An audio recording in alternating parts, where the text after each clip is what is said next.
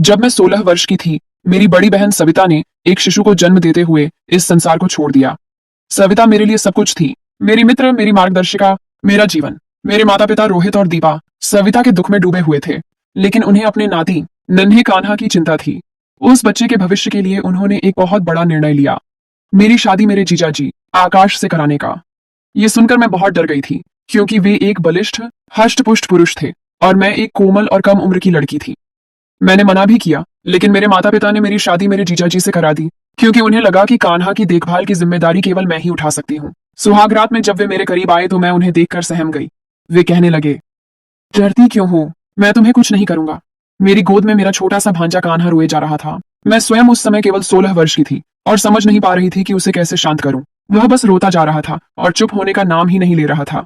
उसे गोद में बहलाते बहलाते मैं थक गई थी। मेरी माता दीपा सदमे से अपने कक्ष में पड़ी हुई थी और उन्हें बार बार मूर्छा आ रही थी। मैं स्वयं भी एक बहुत बड़े दुख से गुजर रही थी, क्योंकि मेरी बड़ी बहन सविता बच्चे के जन्म के दौरान ही चली गई थी। लेकिन जब मेरा भांजा कान्हा चुप न हुआ तो मैं स्वयं भी रोने लगी। मेरी आवाज सुनकर पिताजी मेरे कक्ष में आ गए। मुझे उस बच्चे के साथ रोता देखकर वे कहने लगे, बेटी नम्रता, क्या हुआ, क्यों रो रही हो? मैंने कहा, पिताजी, ये बच्चा चुप ही नहीं हो रहा है, मैं इसे कैसे शांत करूं? मेरे पिताजी रोहित ने उस बच्चे को गोद में लिया और एक ठंडी आह भरी। वे कहने लगे, इसने भी तो आते ही अपनी माँ को खोया है, क्या कर सकते हैं। बड़ी मुश्किल से मैंने अपनी माँ और अपने भांजे को संभाला था। अंततः 8 दिन बाद धीरे धीरे मेरी माँ का स्वास्थ्य कुछ ठीक हुआ। फिर भी वे अपनी बेटी को याद करके बहुत रोती थीं, लेकिन उन्होंने अपने नाती को संभालना शुरू कर दिया था। मेरी बहन सविता के निधन के बाद मेरे जीजाजी आकाश एक बार भी हमारे घर नहीं आए थे। सविता और आकाश की प्रेम विवाह था। वे एक दूसरे पर जान छिड़कते थे, लेकिन मेरी बहन की आयु बहुत कम थी। पहले तो माता पिता इस विवाह के बिल्कुल विरुद्ध थे। उनका कहना था कि अभी सविता की आयु कम है और वे अभी उसका विवाह नहीं करना चाहते। लेकिन सविता दीदी भी अपनी जिद पर अड़ गई थी और उधर आकाश ने भी हमारे घर का पीछा नहीं छोड़ा था। इस प्रकार विवश होकर माता पिता को उन दोनों का विवाह कराना पड़ा, क्योंकि उन्हें डर था कि कहीं सविता भावनाओं में आकर कोई गलत कदम न उठा ले। लेकिन बच्चे के जन्म पर ही मेरी दीदी इस दुनिया से चली गई थी। उसकी किस्मत में इतनी ही आयु लिखी थी। 1 मास बीत गया था। अब तो बच्चे को मेरी गोद की आदत सी हो गई थी।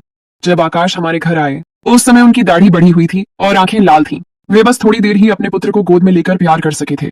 मेरी माँ कहने लगी, नम्रता अभी बहुत छोटी है, बड़ी मुश्किल से कान्हा को संभालती है और मैं तो वैसे ही बीमार रहती हूँ। जब से सविता की मृत्यु हुई है, मुझे तो ऐसा लगता है जैसे किसी ने मेरे भीतर से आधी जान निकाल ली हो। आकाश कहने लगे, चाची जी, ये तो ईश्वर की इच्छा है, हम क्या कर सकते हैं। आप दोनों तो फिर भी एक दूसरे से कहकर अपना मन हल्का कर सकती हैं, एक दूसरे को हिम्मत दे सकती हैं।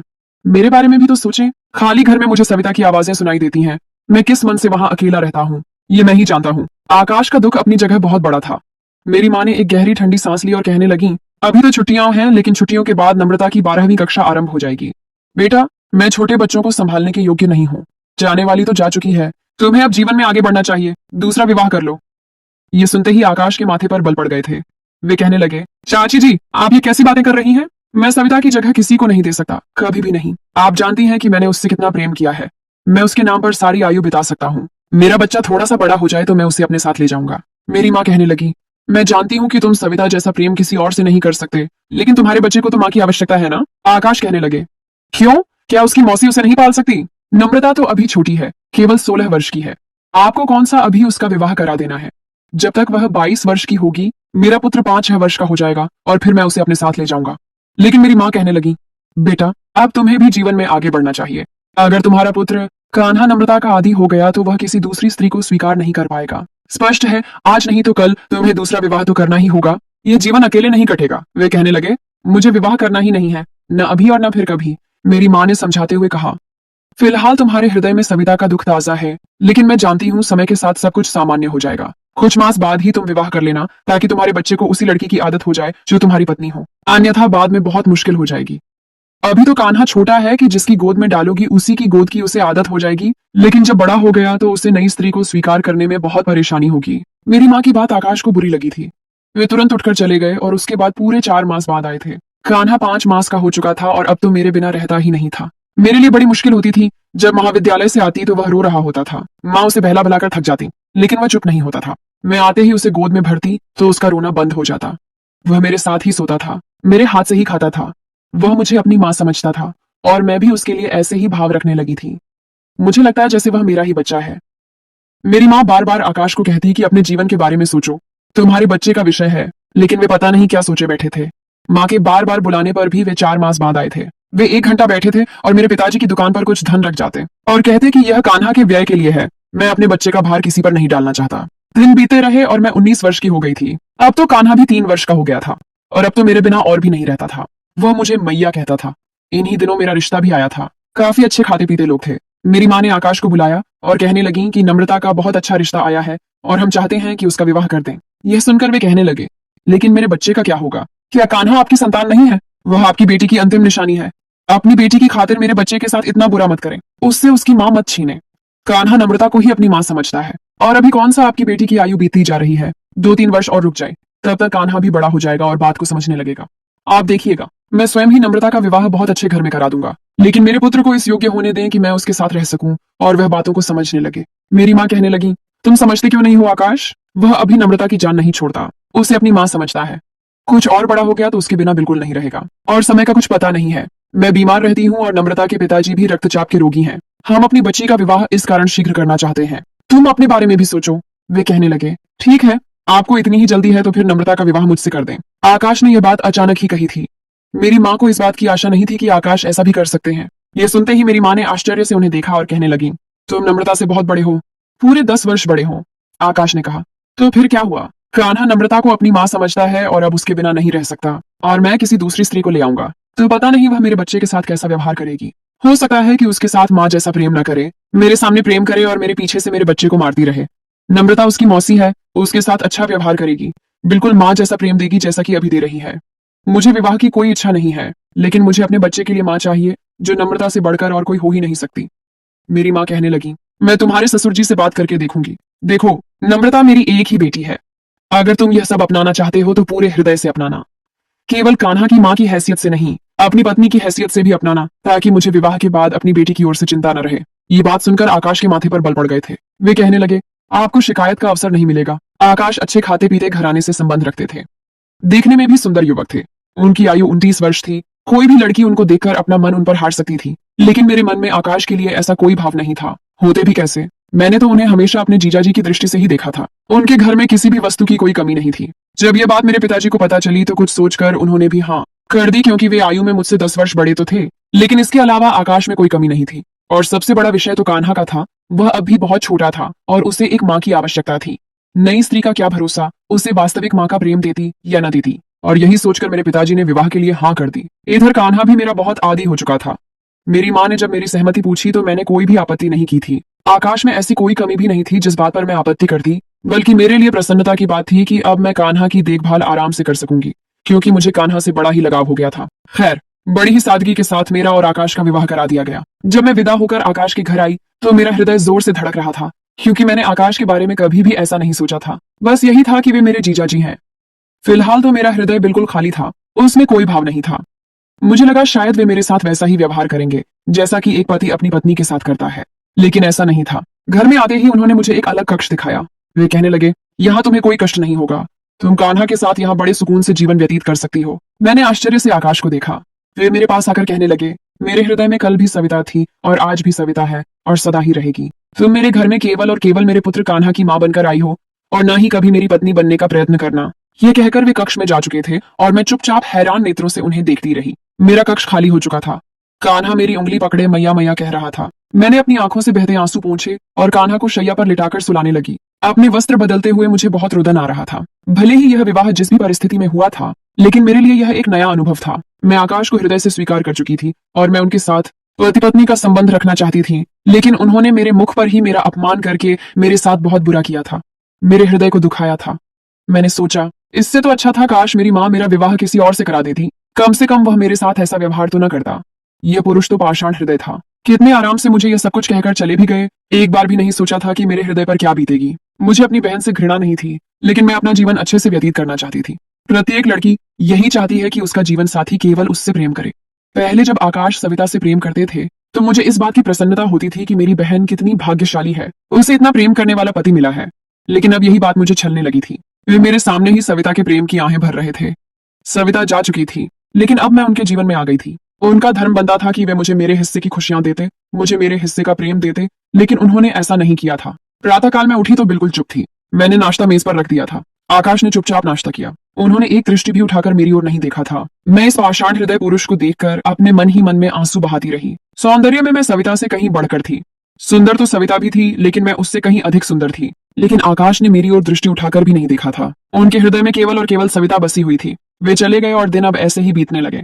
पूरा दिन या तो मैं कार्य में लगी रहती थी या कान्हा में, लेकिन रात्रि को न चाहते हुए भी मेरी आंखों में आंसू बहने लगते थे।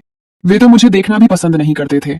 मुझे खाने पीने, पहनने और ओढ़ने की कोई कमी नहीं थी, लेकिन स्त्री के लिए यही सब कुछ पर्याप्त नहीं होता। उसे पति का प्रेम भी चाहिए होता है, जो मुझे मिल नहीं रहा था। प्रत्येक लड़की के भीतर यह इच्छा होती है कि उसका पति उसको प्रेम दे, उसकी प्रशंसा करे। एक बार यूं ही मेरा तैयार होने का मन किया। मैंने एक सुंदर लाल साड़ी पहनी, हल्का श्रृंगार किया और अपने केश खुले छोड़ दिए। संयोग ऐसा था कि उसी समय आकाश भी घर आ गए। मुझे देखकर उनके माथे पर बल पड़ गए थे। वे क्रोध से मुझे देखने लगे और बोले, ये क्या पहन रखा है तुमने? इस प्रकार तैयार होकर मेरा हृदय लुभाना चाहती हो क्या? क्या समझती हो कि मैं दुर्बल चरित्र का स्वामी हूँ? तुम मेरे सामने सच संवर कराओगी तो मैं अपने होश हवास खो बैठूंगा और तुम्हारे करीब हो जाऊंगा। लज्जा नहीं आती ऐसी हरकतें करते हुए? उनकी बातें सुनकर मुझे अपना आप उनके सामने बहुत छोटा लगने लगा था। मुझे अपना बहुत ही अपमान महसूस हुआ था। मेरी आंखों में आंसू आ गए थे। मैं तो बस यूं ही तैयार हुई थी। मुझे नहीं पता था कि वे इतनी शीघ्र घर आ जाएंगे और इस प्रकार मुझे अपमानित कर देंगे। मैं कक्ष में जाकर वस्त्र बदलकर फूट फूट कर रुदन करने लगी। कान्हा मेरे पास ही उपस्थित था। मुझे रोता देखकर वह मेरे पास आया और मेरे आंसू पोंछने लगा। वह कहने लगा, मैया क्या हुआ है आपको? क्यों रो रही हैं? पिताजी ने आपको डांटा है? मैं तो आपका प्यारा पुत्र हूं ना। छोड़िए पिताजी को। मैं आपको अभी माथे पर प्रेम करता हूँ, आप ठीक हो जाएंगी। जिस प्रकार मैं उसे बहलाया करती थी, वह भी मुझे बहला रहा था। जब उसने मेरे माथे पर प्रेम किया तो मैंने अपने आंसू पोंछे। रुदन करते हुए मैंने अपना सारा श्रृंगार बिगाड़ दिया था। मेरी लिपस्टिक पूरे मुख पर फैल चुकी थी, केश बिखरे हुए थे और काजल भी गालों तक आ रहा था। मेरे हृदय में उस समय कान्हा के लिए जरा भी कोई भाव नहीं था, बल्कि मुझे उस पर क्रोध आ रहा था। न जाने क्यों मुझे यह अनुभव होने लगा कि जैसे अगर मेरे जीवन में कान्हा न होता तो शायद आज मेरे साथ यह सब कुछ न हुआ होता। कान्हा के कारण ही मेरा विवाह आकाश के साथ हुआ था, जो कि मैं बिल्कुल नहीं चाहती थी। कान्हा ने मेरा ऐसा रूप देखा तो अपने छोटे छोटे हाथों से मेरा मुख साफ करने लगा और कहने लगा, मैया आप तो प्यारी सी भुतनी बन गई हैं। मैं अभी आपका मुख साफ करता हूँ, नहीं तो पिताजी डर जाएंगे और आपसे फिर लड़ेंगे। उसकी बात सुनकर मेरे मुख पर एक मुस्कान फैल गई थी। वह तो मासूम सा बच्चा था, लेकिन उस दिन के बाद से मैं दोबारा कभी तैयार नहीं हुई थी। मैं तो बड़ी ही चंचल प्रकार की लड़की हुआ करती थी। बहुत मन करता था कि बोलूं, हंसूं, खेलूं, तैयार हूं, श्रृंगार करूं और खूब रंग बिरंगे वस्त्र पहनूं। लेकिन उस दिन के बाद से दोबारा केवल एक बार ही मेरा मन ये सब करने को चाहा था। चूड़ियां और एक टूटा हृदय। मैं अब 22 वर्ष की हो चुकी थी। मेरी वर्षगांठ थी और पता नहीं उस दिन मेरे मन में क्या आया कि मैंने अपनी पसंद का लाल रंग का एक फ्रॉक पहना, केश भी खुले छोड़ दिए और हल्का फुल्का श्रृंगार भी कर लिया। यह समय आकाश के आने का नहीं था। कान्हा मेरे पास ही उपस्थित था। अब उसके विद्यालय जाने की भी आयु हो चुकी थी। कभी कभी जब मैं बहुत अधिक बेचैन होती तो मेरे मन में कान्हा के लिए क्रोध आने लगता था, लेकिन अगले ही पल मैं अपने इस भाव को झटक दिया करती थी। ये तो मेरा भांजा है, मुझे मैया मैया कहता है। मैं बिल्कुल अपनी संतान की तरह इससे प्रेम करती थी। उसके पिताजी की सजा मैं कान्हा को क्यों दूं? उस दिन मैं तैयार बैठी थी जब कान्हा ने मोबाइल में मेरी तस्वीर बनाकर आकाश के नंबर पर भेज दी। मैं इन सब बातों से बिल्कुल अनभिज्ञ थी। बहुत समय के बाद मेरा शाही पनीर खाने को मन कर रहा था। मैं उठकर रसोई में चली गई और शाही पनीर बनाने लगी। हम दोनों माँ पुत्र बैठकर अभी भोजन ही कर रहे थे कि तभी क्रोध से आकाश घर में प्रवेश किए। मुझे इतना तैयार देखकर अगले ही पल उन्होंने अपना मोबाइल मेरे सामने रख दिया। वे कहने लगे, ये सब कुछ क्यों किया है? तुम्हें लज्जा नहीं आती? मैं वहां बैठक में व्यस्त हूँ और तुम मुझे बार बार अपनी तस्वीरें भेज रही हो। मैंने कितनी बार तुम्हें समझाया है कि मेरे सामने इस प्रकार की हरकतें मत किया करो। तुम्हारी मेरी दृष्टि में कोई भी महत्ता नहीं है। तुम केवल और केवल मेरे बच्चे की माँ हो। मैं तो बस हक्की बक्की उनका मुख देखती रही, क्योंकि मुझे तो कुछ पता ही नहीं था। अगले ही क्षण उन्होंने मेरे बाजू को जोर से झटका दिया। मेरे हाथों में लाल कांच की चूड़ियां थीं, जो मैंने बड़े ही मन से अपने वस्त्र के साथ मैच करके पहनी थी।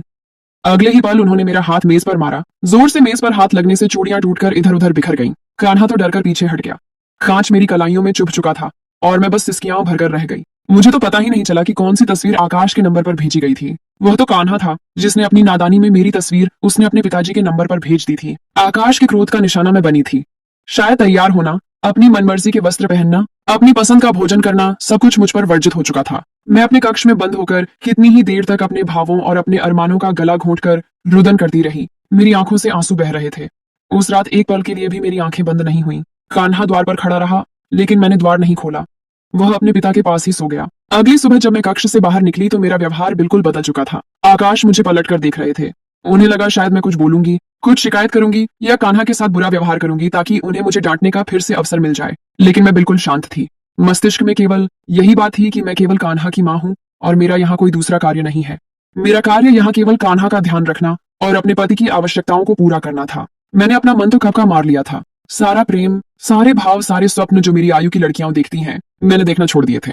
बड़े प्रेम से मैंने कान्हा को नाश्ता करवाया, उसके बाद उसे विद्यालय छोड़ा। घर के सारे कार्यकलाप किए। मेरे जितने भी नए सूट थे, कीमती महंगे जोड़े जो मुझे मेरी माँ ने लेकर दिए थे, मैंने उन सबको जला दिया था। मैंने स्वयं पर अब ध्यान देना छोड़ दिया था। कई कई दिन तक मैं कंघी भी ना करती थी। खैर, मैं कान्हा के साथ साथ आकाश की हर जिम्मेदारी निभाती थी। मैंने अब आकाश से बोलना ही छोड़ दिया था। कभी आवश्यकता होती तो बोल देती, अन्यथा अपने कार्यों में ही लगी रहती। मुझे यह चुपचाप कार्यों में लगा देखकर अब शायद आकाश को भी एहसास होने लगा था। कभी कभी वे मुझसे बात करने का प्रयत्न करते, लेकिन मैं बस हाँ में उत्तर दे देती। फिर उनकी हिम्मत ही नहीं होती थी मुझसे बात करने की। लेकिन अब मुझे इन सब बातों से अधिक भी फर्क नहीं पड़ता था। मेरे भाव तो कब के समाप्त हो चुके थे। कान्हा अब विद्यालय जाने लगा था। पढ़ाई में भी बहुत अच्छा था। अब जो समय बचता, मैं उसकी पढ़ाई में व्यस्त हो जाया करती थी। न ही मुझे अपनी सुंदरता को बनाए रखने का शौक था और न ही सजने संवरने का। चूड़ियां क्या होती हैं, यह तो मैं भूल ही चुकी थी। कोई भी समारोह हो, कोई भी त्योहार हो, मैंने कभी संवर कर नहीं जाना था। नए पात्रों का परिचय और एक नया मोड़। इस बार जब दीपावली आई तो शायद आकाश ने यह बात नोट कर ली थी। वे जब कान्हा को बाजार लेकर गए तो मुझे भी चलने के लिए कहने लगे, लेकिन मैंने कार्य का बहाना बनाकर मना कर दिया। जब आकाश कान्हा के साथ वापस आए तो वे बड़े ही प्रसन्न थे। मेरे पास आए और एक भूरे रंग का लिफाफा मेरी ओर बढ़ा दिया। वे कहने लगे, यह मैं तुम्हारे लिए लाया हूं। ये कहते हुए वे कुछ हिचकिचा रहे थे। मुख पर लज्जा भी थी। मैं तो हैरान थी, इतने वर्षों में वे मेरे लिए अंततः क्या लेकर आए थे। मैंने अविश्वसनीयता से उनकी ओर देखा और फिर बिना किसी भाव के मैंने उसे खोलकर देखा तो उसमें कांच की लाल रंग की चूड़ियां थीं जो कभी मेरी पसंदीदा हुआ करती थी। मैंने एक सरसरी सी दृष्टि चूड़ियों पर डाली और कहने लगी, यह आप किस लिए लाए हैं? आकाश मुझे आश्चर्य से देखने लगे। वे बोले, मतलब मैं अपने पुत्र की माँ के लिए लाया हूँ। लेकिन जब एक बार अपने हृदय के द्वार किसी पुरुष के लिए एक स्त्री बंद कर दे तो फिर वह चाहे जो मर्जी कर ले, स्त्री पिघलती नहीं है। बार बार अपमानित करने के बाद अगर पुरुष यह समझता है कि वह स्त्री को फिर से पहले जैसा कर देगा तो यह उसकी सबसे बड़ी गलतफहमी है। मैंने वह चूड़ियों का लिफाफा आकाश को वापस थमा दिया और कहा, मुझे इनकी आवश्यकता नहीं है। वे आश्चर्यचकित होकर मेरे मुख की ओर देखने लगे। उनकी आंखों में पश्चाताप और पीड़ा का एक मिला जुला भाव था। शायद उन्हें समझ नहीं आ रहा था कि मैंने उनके सच्चे मन को क्यों ठुकरा दिया। मैं कान्हा को तैयार करके और उसका थैला लेकर उसे विद्यालय छोड़ने चल दी। वापसी पर मैंने देखा कि वह चूड़ियों का लिफाफा वही मेज पर पड़ा था। मुझे उन चूड़ियों से अब कोई लगाव नहीं रहा था, बल्कि उनको देखकर मुझे वह दुखद रात्रि याद आ जाती थी जब उन्होंने मेरे हाथ से मेरी पसंदीदा चूड़ियां तोड़ी थीं। इसी दौरान हमारे जीवन में दो नए पात्रों का आगमन हुआ। एक मेरे पिताजी के मित्र की बेटी प्रियंका थी, जो विदेश से पढ़ाई पूर्ण करके वापस आई थी। वह एक आधुनिक और आत्मनिर्भर लड़की थी। दूसरी मेरे ससुराल की ओर से मासी राधा, जो आकाश के दूर के संबंधियों में से थी। मासी राधा एक पुराने विचारों की स्त्री थी, जो घर के टूटे संबंधों को जोड़ने की इच्छुक थी। प्रियंका अक्सर हमारे घर आया करती थी, क्योंकि उसके माता पिता को आकाश का घर बहुत पसंद था। वह एक दिन कहने लगी, नम्रता, तुम बहुत अधिक परिवर्तित हो गई हो। तुम्हारे भीतर का वह चंचल स्वभाव कहाँ चला गया? मैंने केवल एक मुस्कुराती हुई आह भरी और कहा, कुछ चीजें समय के साथ बदल जाती हैं। एक दिन मासी राधा अचानक हमारे घर आ गई और आकाश के कक्ष में जाकर उनसे बातें करने लगी। मैंने बाहर खड़े होकर उनकी बातचीत सुनी। मासी राधा कह रही थी, आकाश, तुम स्वयं को और इस बच्ची को कष्ट क्यों दे रहे हो? तुमने सविता के दुख में अपनी और उसकी जिंदगी बर्बाद कर दी है। वह तुम्हारी पत्नी है, तुम्हारे पुत्र की माँ है। अब सविता को जाने दो और अपने जीवन में आगे बढ़ो।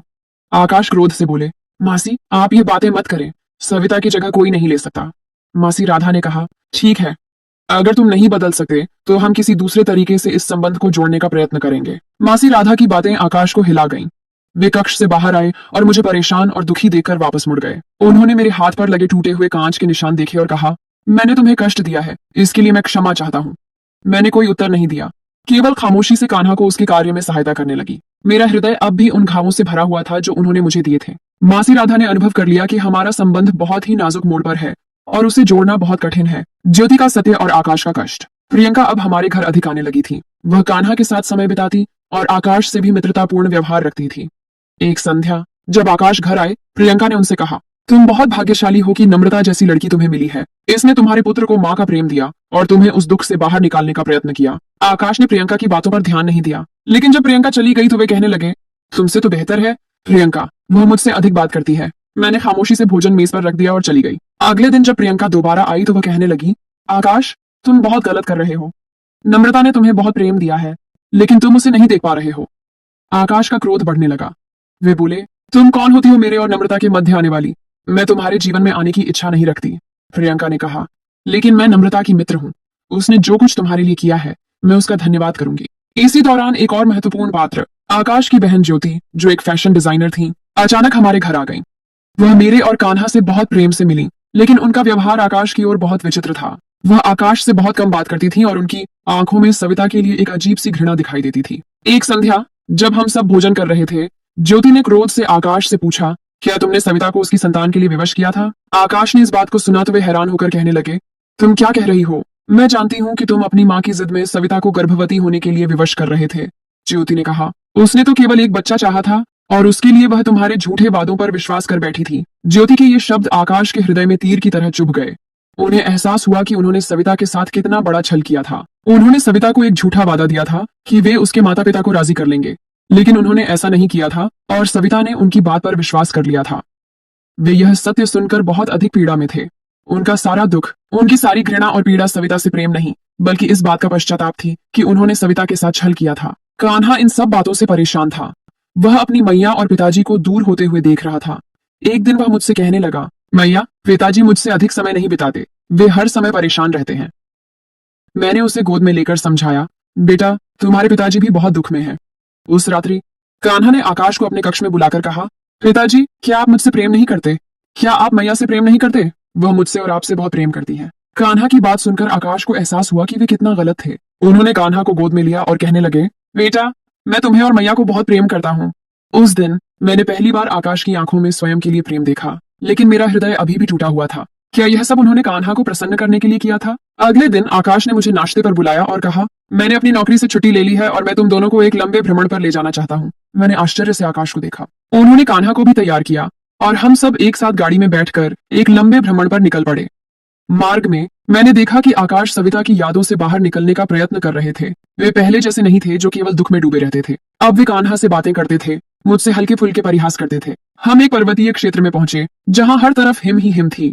कान्हा हिम में खेलने लगा और हम दोनों उसे देखकर मुस्कुराते रहे। संध्या को जब मैं शैया पर लेटी तो मैंने देखा कि आकाश मेरे पास आकर कहने लगे, मुझे क्षमा कर दो नम्रता, मैंने तुम्हें बहुत कष्ट दिया है। मैंने तुम्हें वह प्रेम नहीं दिया जो तुम्हारा अधिकार है। मैंने तुम्हें सविता के दुख की सजा दी।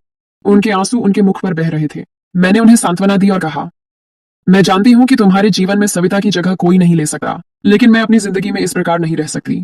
मुझे भी प्रेम और सम्मान की आवश्यकता है। रात्रि के सन्नाटे में आकाश ने मुझे अपनी बाहों में ले लिया और कहा, मैं सविता को कभी भूला नहीं, लेकिन उसके जाने के बाद से मुझे अब यह एहसास हुआ है कि मेरे हृदय में तुम्हारे लिए एक नए प्रेम का स्थान बन गया है। एक ऐसा प्रेम जो समय और परिस्थितियों के साथ उत्पन्न हुआ है और अब मैं उसे खोना नहीं चाहता। मैंने उनके मुख पर से आंसू पोंछे और कहने लगी, मैं तुम्हें क्षमा कर चुकी हूँ।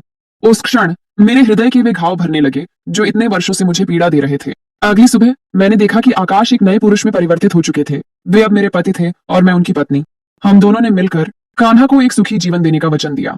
ज्योति का सत्य, प्रियंका की बातें और मासी राधा के सच्चे मन ने आकाश को विवश किया कि वे अपना हृदय खोलें। वे सविता के दुख में डूबे हुए नहीं थे, बल्कि उन्होंने जो सविता के साथ छल किया था उसके पश्चाताप में थे। लेकिन अब उन्हें एहसास हुआ कि उन्होंने कान्हा और मेरा हृदय तोड़कर बहुत बड़ी गलती की थी। अब मैं पूर्ण हो चुकी थी।